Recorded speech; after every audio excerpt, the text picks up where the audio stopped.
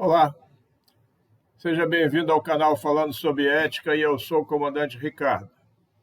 No último vídeo, falamos sobre a liberdade de expressão e a ética, no qual ressaltei a importância desse direito fundamental para uma sociedade livre e democrática. No vídeo de hoje, inicio a divulgação do pensamento conservador com o objetivo de trazer esse conhecimento para quem me assiste. Sabemos que a sociedade brasileira é majoritariamente conservadora e creio que a maioria não tem conhecimento dos pensadores que eu vou fazer um resumo da sua trajetória daqui para diante. Então, é importante divulgar esse pensamento conservador para que o discernimento do povo que vota seja melhor, melhorando seu conhecimento da história. Há um ditado que diz que o conhecimento liberta. Quanto maior o conhecimento, mais consciente será o voto das pessoas nas eleições. E isso vai melhorar o exercício da política e, consequentemente, a vida da população, porque tudo se resolve por meio da política numa democracia. Vivemos atualmente, neste século, um choque de valores num mundo polarizado entre esquerda e direita. Isso significa um embate entre valores ditos progressistas e valores conservadores, respectivamente. Historicamente, esses valores ditos progressistas, ou seja, socialismo e comunismo, que não são, na prática, progressistas e sim regressistas ou retrógrados, não foram bem-sucedidos em nenhum país em que foram implantados no mundo, ao passo que os valores conservadores estão produzindo efeitos positivos para as populações nos países do mundo há séculos.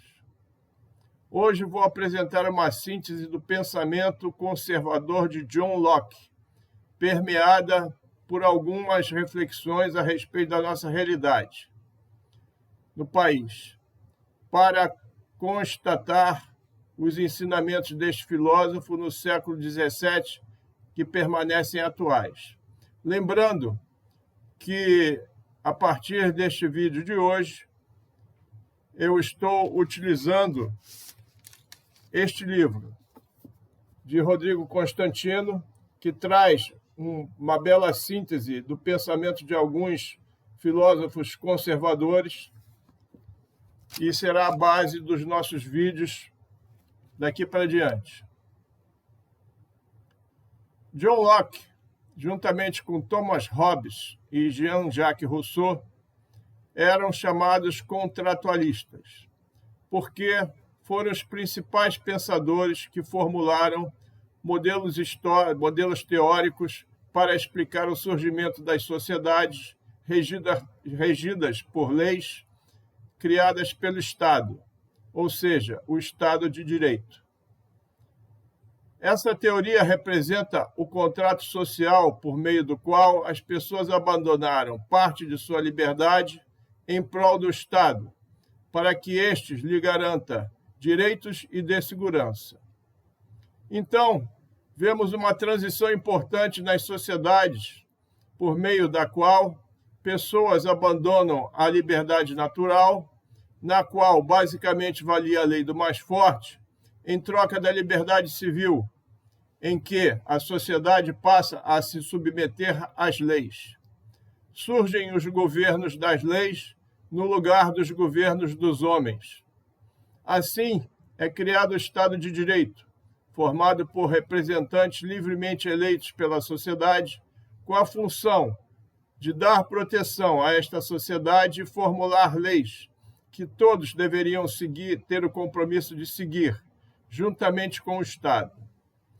Hobbes, Locke e Rousseau viveram em épocas diferentes, basicamente sequenciais, e defendiam ideias diferentes também. Hobbes viveu de 1588 a 1679 e defendia o Estado absolutista. Locke viveu de 1632 a 1704 e defendia a separação entre governo e sociedade, o liberalismo, a tolerância religiosa e a propriedade privada. E Rousseau viveu entre 1712 e 1778 e foi o autor do livro O Contrato Social, no qual defendia as liberdades civis, mas era contrário à propriedade privada. Então vamos falar hoje de John Locke. Por que o pensamento conservador é importante para uma democracia? Porque o conservadorismo é uma filosofia social que defende a preservação das instituições, dos costumes e dos valores sociais tradicionais. Não se trata de ficar estacionado no tempo, mas sim proteger, ou melhor, progredir, preservando tudo aquilo de bom que a sociedade produziu e surtiu efeitos positivos para o desenvolvimento das sociedades humanas. E isso tem uma ligação direta com a ética normativa da qual tratamos aqui neste canal. Hoje, fala-se muito de progressismo, mas, na realidade, este termo em nada tem a ver com progresso. É apenas um termo intensamente repetido para servir de disfarce e iludir a população quanto à real intenção dos socialistas e comunistas, que é impor sua ideologia retrógrada, que não tem, ou melhor, não trouxe progresso nenhum nos países em que foi implantada até hoje. Trouxe apenas o retrocesso, a miséria, a degradação social, a alienação mental e muitos outros adjetivos negativos que se possa imaginar. John Locke nasceu em Rington, no Reino Unido, em 1632 e faleceu em 1704. Foi um filósofo inglês considerado o pai do liberalismo. Ele argumentou que um governo só é legítimo se receber o consentimento do povo, ou seja, só o voto da maioria do povo, de forma livre, direta, isenta e auditável, é capaz de legitimar um governo a trabalhar em seu nome.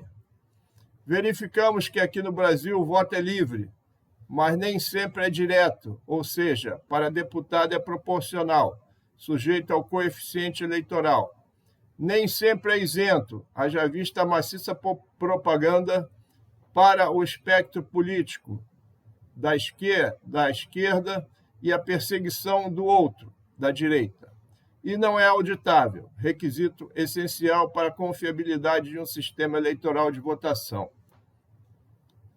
Locke cita 3 direitos individuais que considerava inalienáveis: a vida, a liberdade e a propriedade privada. Para ele, cabe aos governos garantir a propriedade privada como uma forma de preservar a paz numa sociedade. Na minha opinião, a propriedade é o resultado do trabalho e do mérito. Sendo assim, o produto do esforço individual para a pessoa progredir e, junto com a sua liberdade individual, é preservada pela Constituição. Segundo Locke, para que essa garantia seja efetiva, é preciso haver juízes equânimes e imparciais, com autoridade reconhecida, ou seja, a competência legal para decidir as controvérsias. Lembra que os homens, quando são parciais, se deixam dominar pelas paixões, levando-os a cometer excessos, e aqueles que detêm o poder são levados a cometer abusos de poder, que é crime neste país. Lembro que o Poder Judiciário é o garantidor da paz social, porque cabe a ele resolver as controvérsias e pacificar as questões sociais. Portanto, a absoluta isenção é mandatória.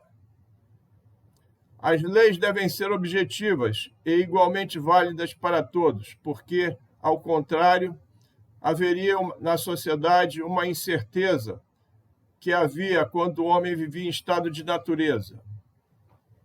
Em outras palavras, quando não havia regra nenhuma para regular o comportamento humano e cada um fazia o que queria, valia a lei do mais forte. Locke adotava uma linha de pensamento semelhante à de Aristóteles, que defendia o governo de leis e não o governo de homens. Um governo de homens, aos poucos, usurparia o poder do povo, e isso seria pior do que o estado de natureza, porque o povo seria oprimido, sem ter como reagir, por aqueles que estivessem no poder. Neste cenário, o povo seria forçado a obedecer ordens exorbitantes, fruto das vontades bizarras ou atos repentinos, sem regras claras ou fixas que lhes guiem. Ou seja, a atual insegurança jurídica que existe no país é fruto disso. Locke defendia o uso da força para destituir um governo autoritário e sem legitimidade. Afirmava em que, quaisquer estados e condições, o remédio autêntico contra a força sem legitimidade, ou seja, sem o respaldo do povo, é opor-lhe a força legítima, ou seja, a força que vem do povo, mas para isso o povo tem que se unir. Afinal, usar a força desacompanhada de legitimidade coloca sempre quem dela abusa em estado de guerra contra o oprimido e expõe o agressor a receber o pagamento na mesma moeda. O povo é o dono do poder soberano, e isso consta no artigo 1º da Constituição, no seu parágrafo único, que dispõe que todo poder emana do povo. E aqui consta o termo todo, só para lembrar. Acredito que não há dúvidas sobre esse trecho. Portanto, quando o povo se une, tem a força capaz de fazer o que quiser, até uma nova Constituição. Impor sua vontade pela força seria o último recurso a ser usado quando todos os outros falharem. Foi a influência de Locke sobre a política inglesa que resultou na implantação do sistema de governo liberal após a Revolução Gloriosa de 1688, a qual pôs em prática os fundamentos da Carta Magna de 1215, pondo fim ao absolutismo real e dando lugar à monarquia parlamentar. Após isso, todos deveriam estar abaixo de Deus e das leis, incluindo o rei. Ele acreditava na igualdade das pessoas perante as leis, mas tolerava as desigualdades de resultado, como as desigualdades de renda, por exemplo. Reconhecia que havia diferenças de mérito e virtudes numa sociedade. Entendia que era a criatividade humana que produzia riquezas. Afinal, somos todos iguais apenas ao nascer. Daí para frente, trilhamos caminhos diferentes e desenvolvemos competências diferentes que produzirão resultados diferentes. Tudo isso representava a base do pensamento conservador moderno, focado nas pessoas e no mérito. Pregava um governo limitado e reconhecia que a natureza humana era falha. Vemos aqui no Brasil a concentração de poder em Brasília. No vídeo sobre a corrupção, afirmo que toda concentração de poder induz à corrupção. Exemplos disso não faltam. Com isso, John Locke contribuiu com o seu pensamento para a construção da nação dos Estados Unidos da América, como uma nação livre e próspera. Além da sua defesa da propriedade privada, Locke defendia a liberdade religiosa. Para ele, ninguém pode ser compelido a uma crença por meio de uma força externa, bem como defendia a separação dos poderes religioso e político. Ele entendia que uma igreja é uma sociedade de membros voluntariamente ligados para um fim comum, que está voltada às questões da alma, e essa adesão significava a aceitação voluntária das regras daquela associação. Esse pensamento, na época, contrastava com a postura da Igreja Católica Romana, que não aceitava a separação dos poderes religioso e civil. Postura essa que só teve fim com o Tratado de Latrão, assinado entre a Santa Sé e o Reino da Itália, em 11 de fevereiro de 1929, por meio do qual a Igreja Católica Romana comprometeu-se a se distanciar do poder civil em troca de possuir um Estado soberano seu, o Vaticano. Para Locke, tanto a Igreja não deve interferir no Estado quanto vice-versa. Pensava que um dos males da modernidade foi, sem dúvida, a substituição do Deus religioso pelo Deus do Estado. Há claros limites para o poder estatal, sob risco de exterminar a liberdade individual, caso tais limites sejam ultrapassados. Hoje vemos acontecer isso no Brasil. Os limites constitucionais estão sendo ultrapassados e aqueles que têm a responsabilidade constitucional para exercer freios e contrapesos para que haja o retorno ao equilíbrio de poderes não estão fazendo isso. Ou seja, o Senado não está cumprindo a sua responsabilidade constitucional. O resultado prático do pensamento de John Locke e de outros conservadores e liberais resultou num grande divisor de águas entre a era da servidão e a era da liberdade, que foi a Revolução Americana de 1776. Estabeleceu-se que os direitos inalienáveis do ser humano são a vida, a liberdade e a busca da felicidade. As sociedades são criadas para formar um grupo que gere uma força que seja capaz de solucionar suas necessidades. A sociedade forma a nação e ela gera o Estado, cujo verdadeiro propósito é a segurança, por isso é necessário. Essa segurança é tanto externa quanto interna, para proteger a população contra ameaças estrangeiras e quanto a grupos organizados criminosos internamente. Locke entendia que o Estado detém o poder de coerção, porque a força bruta das armas e das leis está com ele, e assim pode ser considerado um mal. Mas entre o mal maior, que é a ausência de governo, que gera anarquia, e um mal menor, que é a coerção, fica-se com um mal menor.